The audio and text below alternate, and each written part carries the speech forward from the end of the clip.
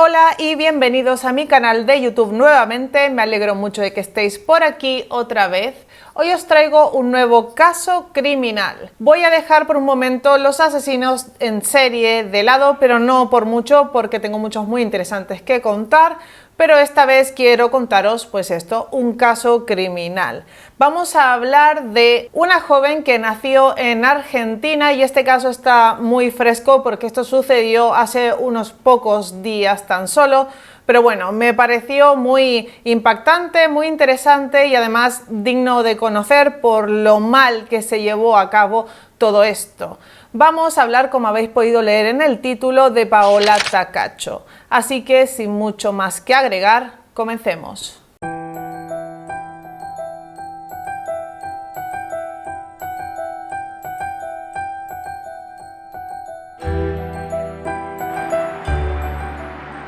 La persona que ven aquí es Paola Estefanía Takacsho, una profesora de inglés de 32 años de edad, oriunda de la provincia de Salta, en el norte de Argentina.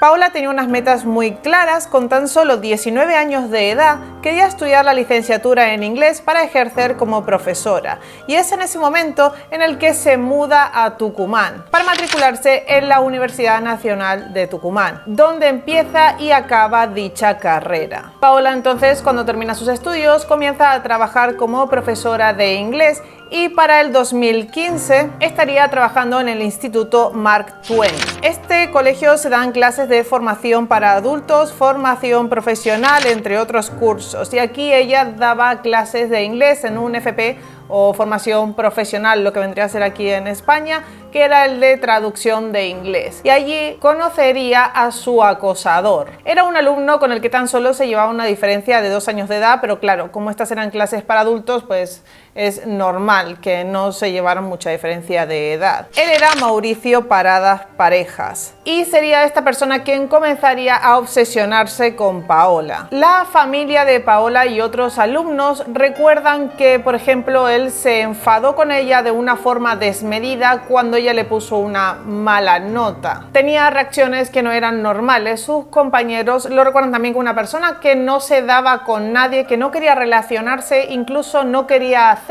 trabajos de grupo con los demás para no dar su teléfono. Tenía actitudes bastante raras ya en ese entonces. Otras chicas también contaron que también las había acosado, las había perseguido, pero con quien realmente se había obsesionado era con Paola Takacsho. Y cuando hablo de obsesionarse, lo digo con todas las letras de la palabra. Lo que hacía esta persona, la forma en la que la acosaba, era totalmente desmedida y dignas de todas las denuncias que Paola le interpuso. El problema aquí es que, a pesar de que ella denunció muchísimas veces el comportamiento de esta persona, nunca se hizo absolutamente nada, y por una importante razón que os nombraré más adelante. Parada llegó a hacerse pasar por otras personas y así enviarle mensajes a través de las redes sociales pidiéndole de tener una clase particular o de quedar, cosa que Paola por suerte se daba cuenta de que era siempre la misma persona y no iba.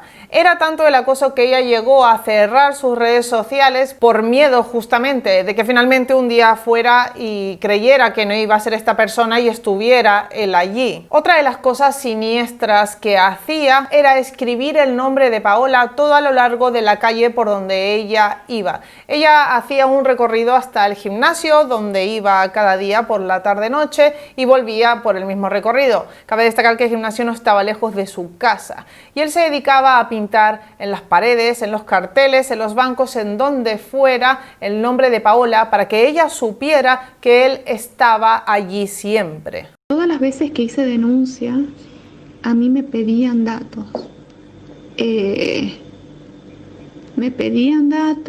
Y a veces yo recibía llamadas de números de acá, obviamente privados, en donde atendía y se quedaban mudos, y era cuando todo esto estaba en pleno proceso de ebullición. Cuando ellos van y le muestran la denuncia porque él va con el abogado y todo eso, él se pone a observar todas esas cosas, ¿me entendés? Y no dudo de que haya visto teléfono, de que haya visto mail, porque son datos que te piden en la fiscalía o que me pedían en la fiscalía cuando estaba tramitando todo por ahí en su momento. Pasar cerca y siempre son esas cosas así. Bueno, ahora no manda fotos mías porque yo no tengo redes sociales. Pero antes eran fotos mías con esos mensajes, ¿entendés? Es pasar cerca porque obviamente pasa cerca de mi casa, me pasa por el gimnasio y eso sé que no me tiene que molestar, sé que son mensajes vacíos que no tienen sentido, sé que físicamente el chabón no me va a hacer nada, pero no puedo evitar ponerme loca cuando veo estas cosas, cuando me llegan, ¿entendés? Me arruinan el día.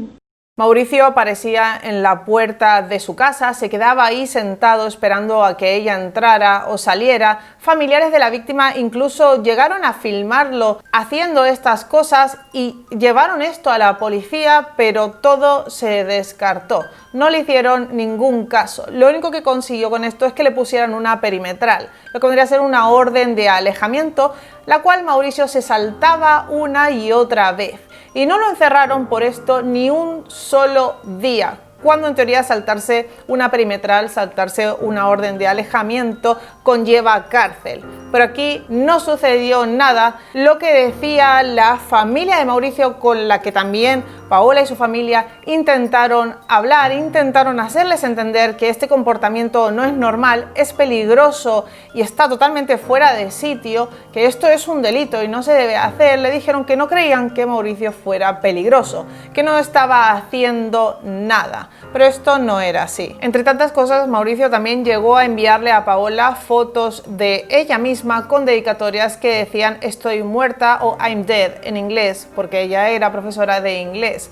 También él rápidamente dejó de estudiar en este colegio, pero logró colarse dentro un tiempo después para hacerle una especie de collage siniestro en la entrada. Puso la foto de Paola junto con las fotos de mujeres que habían sido víctimas de violencia machista, mujeres que en ese momento ya estaban muertas, como para compararlas, como para enviarle un mensaje, para decirle que ella era la siguiente. Pero aún así, y con todo esto, tampoco sucedió nada. Pero entonces la pregunta obvia que os estaréis haciendo a este punto es: ¿quién era Mauricio Paradas Parejas y por qué parecía que la justicia no tenía nada que ver con él, no entraba en su mundo? ¿Por qué? Pues bien, la cuestión no es quién es él, sino quién es su familia, más precisamente su hermano. Ronald Parada Parejas es un importante empresario contratista, es un exdirectivo del Club San Martín y con múltiples denuncias por fraudes millonarios. Forma parte de la sociedad Tecnocontrol SRL junto a José Lucas Terán, donde también le fueron adjudicadas las obras de soporte en el Monumento del Bicentenario y el túnel bajo la calle Córdoba de la capital,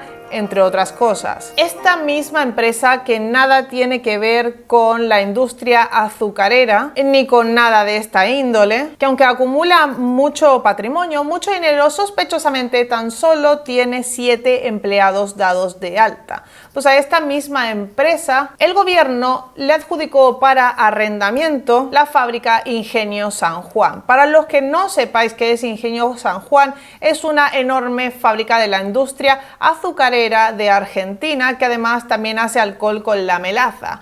Es una empresa muy importante que tiene muchísimos empleados y que también acarrea muchísimas deudas, porque nadie que la haya gestionado hizo las cosas bien, básicamente, y como para resumir. Pues a esta empresa, que tan solo tiene 7 empleados en blanco, en plantilla o como queráis decir, le adjudican una empresa azucarera que tiene montones y montones de empleados que no tienen nada que ver con lo que ellos hacen, y entonces esto nadie lo entiende. Además de esto, esta empresa se la quedan por tan solo 6 meses, que no es tiempo suficiente como para comenzar y acabar una producción. Los empleados, cuando se enteraron de que este hombre se iba a quedar esto, pegaron el grito al cielo, porque se imaginaron de que al final no les iban a pagar y todo lo que podía suceder, y no se equivocaron para nada. Parece que la adjudicación de esta empresa era una especie de trato con el alcalde en este momento, o con algún alto cargo, o con políticos, con gente con la que él está relacionada, para blanquear dinero. Pero esto esto no es lo único que ha hecho este hombre en su vida. Allá a donde iba, deudas se generaban y este hombre siempre salió impune. Como por ejemplo en su época en la comisión directiva del Club San Martín. En 2013, el expresidente del club,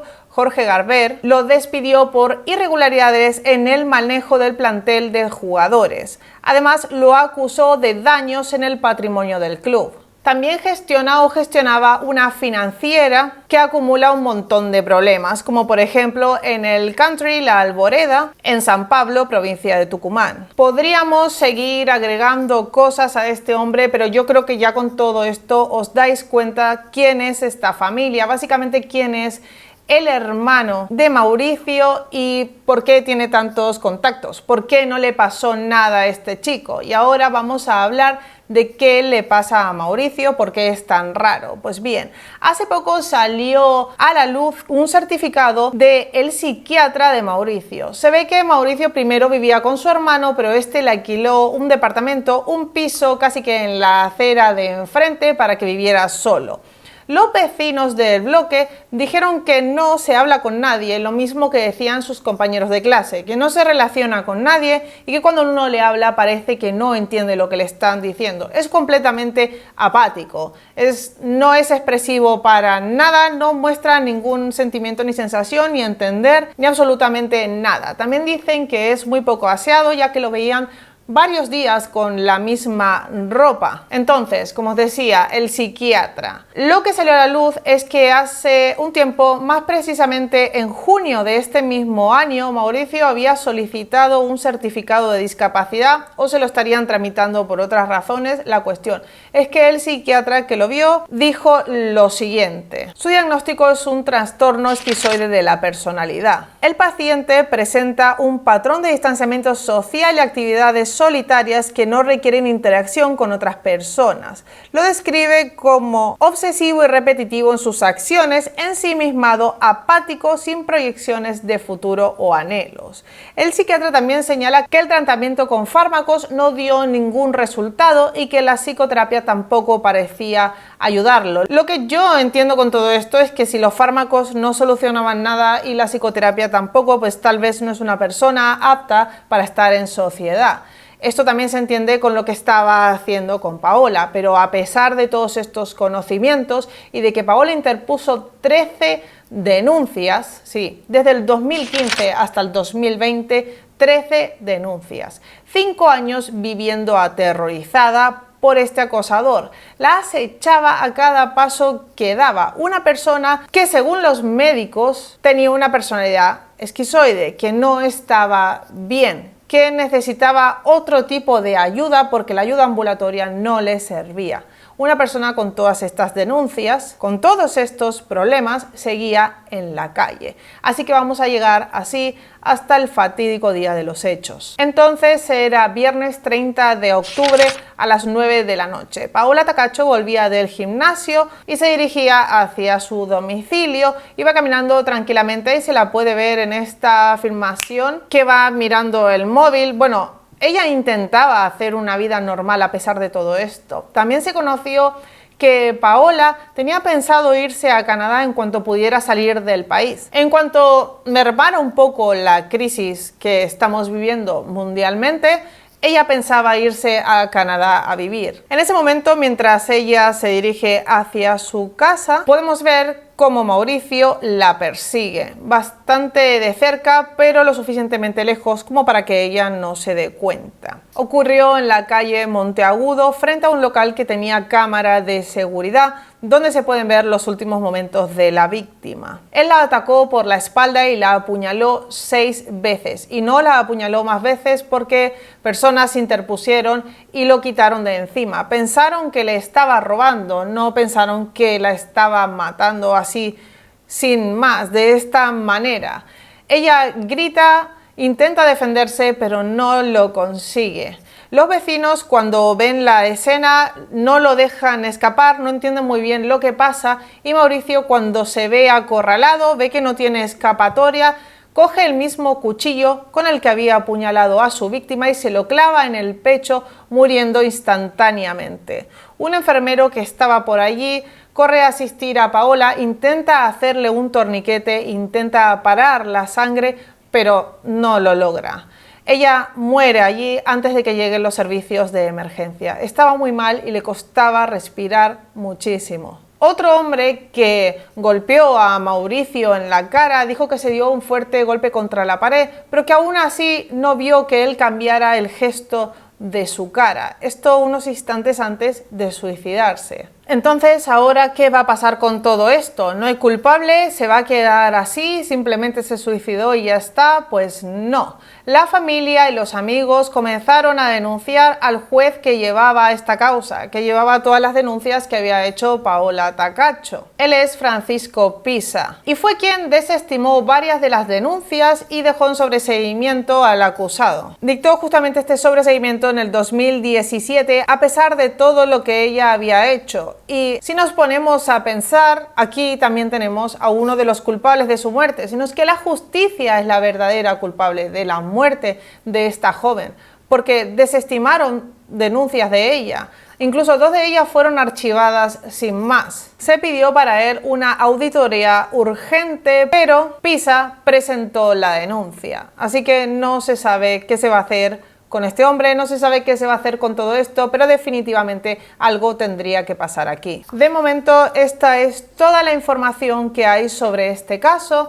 Esta fue la historia de Paola Takacsho. A mí lo que me ha parecido ridículo de todo esto es que cuando buscaba información leía algunos periódicos, algunos que no me gustan, para ver qué decían y que estaban bastante criticados y con razón, y que debajo de la noticia ponían el número para que llamen las mujeres si son víctimas de violencia machista.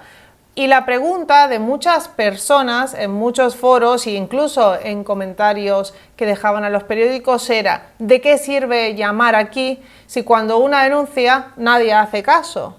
¿De qué le sirvió a Paola denunciar? No le pasó absolutamente nada. Yo no digo que no se haya que denunciar, sí que hay que hacerlo, por supuesto, es casi de las pocas cosas que se pueden hacer, pero también estaría bien que cuando una mujer denuncia, o cuando cualquier persona denuncia violencia, ya sea hombre o mujer, se le haga caso y se haga algo con eso.